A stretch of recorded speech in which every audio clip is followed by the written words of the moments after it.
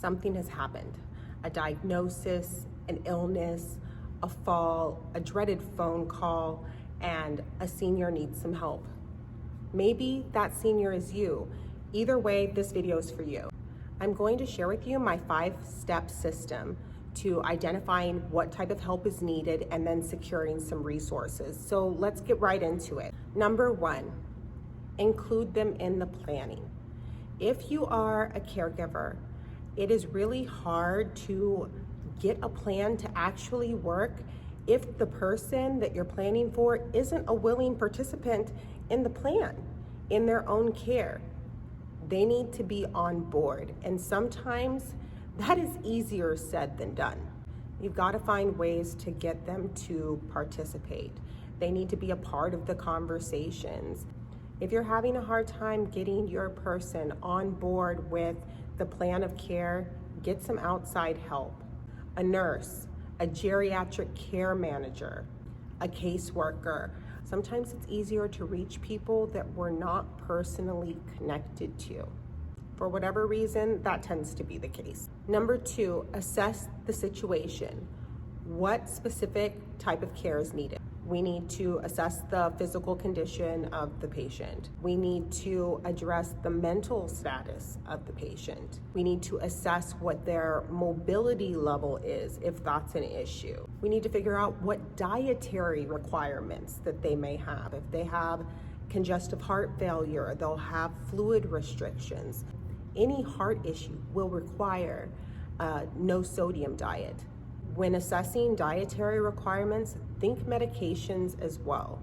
This is a good time to consolidate meds, to go through that med list and see what's really needed and what's not. With a nurse or a doctor, hopefully their primary care physician will be able to help you go through that med list and determine what is really needed and what's not, and hopefully identify medications that might be contradicting each other, which happens very often.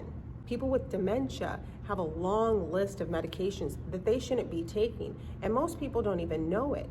Marilax is prescribed to lots of older adults, and it's not good for people with dementia at all. We need to assess their ability to perform activities of daily living. I did a whole video on activities of daily living a couple weeks ago, but just to name a few, it's the skills needed to take care of oneself. Feeding, bathing, dressing, things of that nature. If you want more information about activities of daily living, I will link that video at the end of this one. Also, we need to consider the amount of medical care required. If someone is starting to need more medical care, they either need to have home health coming into the home and providing those services, or they may need to go to a facility.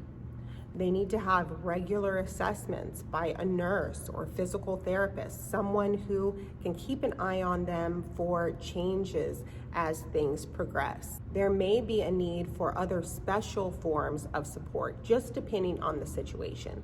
But we really want to identify what that individual's specific needs are, because we're individuals and our needs will vary further than diagnoses. We have individual wants, desires, body types. Care needs to be specific to the individual. So now we know exactly what type of care is needed in our situation. It's time for step number 3. We need to understand the financial situation. Not everybody can afford to go to the assisted living facility of their choice. Not everybody can afford to have 24-hour in-home care. Senior services can get pretty expensive.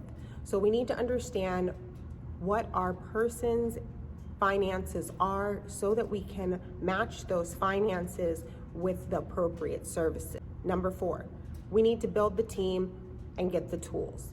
So we found out that our person is having difficulty walking. What do we need? Do we need a walker? What type of walker do we need? A regular walker with the golf balls on the end? Do we need a rolling walker? Does it need to have a seat on it so our person can sit down when they start to feel fatigued? If they are required to wear TED hose, can they get them on themselves? Do they need a device to help them get them on? Do they need a person to help them get them on? Let's build a team around the services that we've just identified so that the person and the family has the support that they need to make sure that our plan is successful. Number 5, we need to make sure that their end-of-life documentation is complete and accessible. We need to make sure that the documents are filled out in accordance with the state that we're in so that they can stand up in a court of law. It's our job as caregivers to advocate on their behalf and to put their wishes above our own. Everyone deserves to sunset in the way that they want to, including you. If you haven't started your end-of-life planning or you need to help someone else, go to my Linktree and download the free My Sunset Planning Checklist. Routine assessment is required because things can change really fast. Once a plan is in place, we need to be checking, depending on a person's situation, at least monthly, if not weekly, to ensure that the plan is going smoothly, that all members of the team are following through and communicating with each other, and that there aren't any issues that need to be addressed.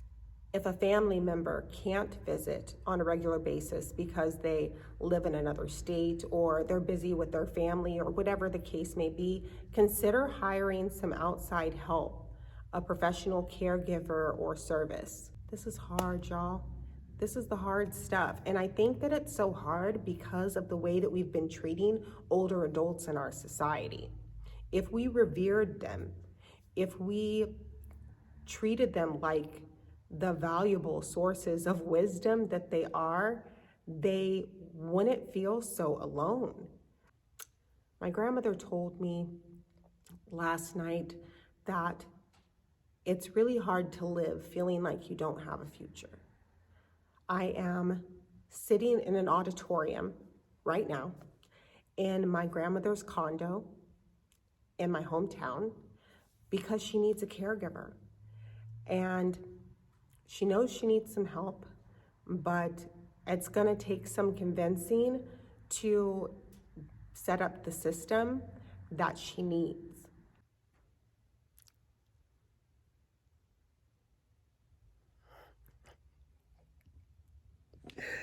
Yeah. I'm with you. I understand what you're going through. I've been a family caregiver before. My grandmother and I took care of my grandfather at home for 4 years with Parkinson's, and it's not easy. If it's what you choose to do, I hope that it's a more positive experience for you than anything else. I hope that when you look back on it, you're grateful for the decisions that you made. That's the same thing that I'm wishing for myself in this moment. I didn't want to come back here, and I don't know how long I'm going to stay, but I think it's going to be longer than I was planning to. It's real.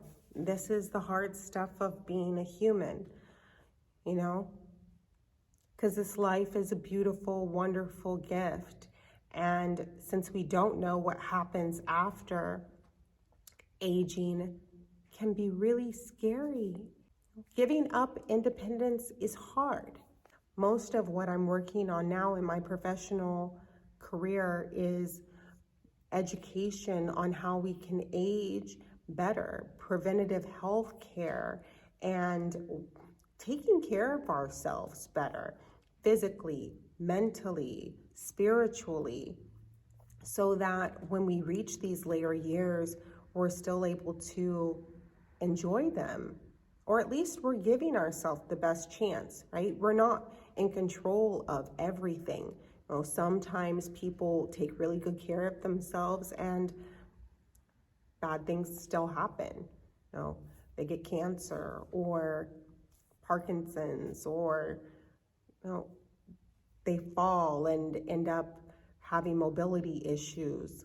We're not in control of everything, but let's give ourselves the best chance to live happy, healthy lives. And then let's make a plan so that we get the sunset that we want, or at least try to. If we make a plan, then we're making our wishes known, which is so much better than not having a plan. Because when you don't have a plan, nobody knows, everybody's guessing, and it can lead to some real ugly family stuff that could be avoided. I want to help you in any way that I can. You can schedule a one-on-one consultation with me. Just go to my Linktree. Or if you can't afford the one-on-one consultation, I'm going to start doing some lives where I take questions and we talk about all of this stuff. So if you're interested in that, please subscribe and join the family. I hope that this helps when I have any doubt. I choose to remember love is the answer and peace is the goal. And that usually lets me know what my next step should be. As promised, linking the video on activities of daily living, so check it out. Until next time.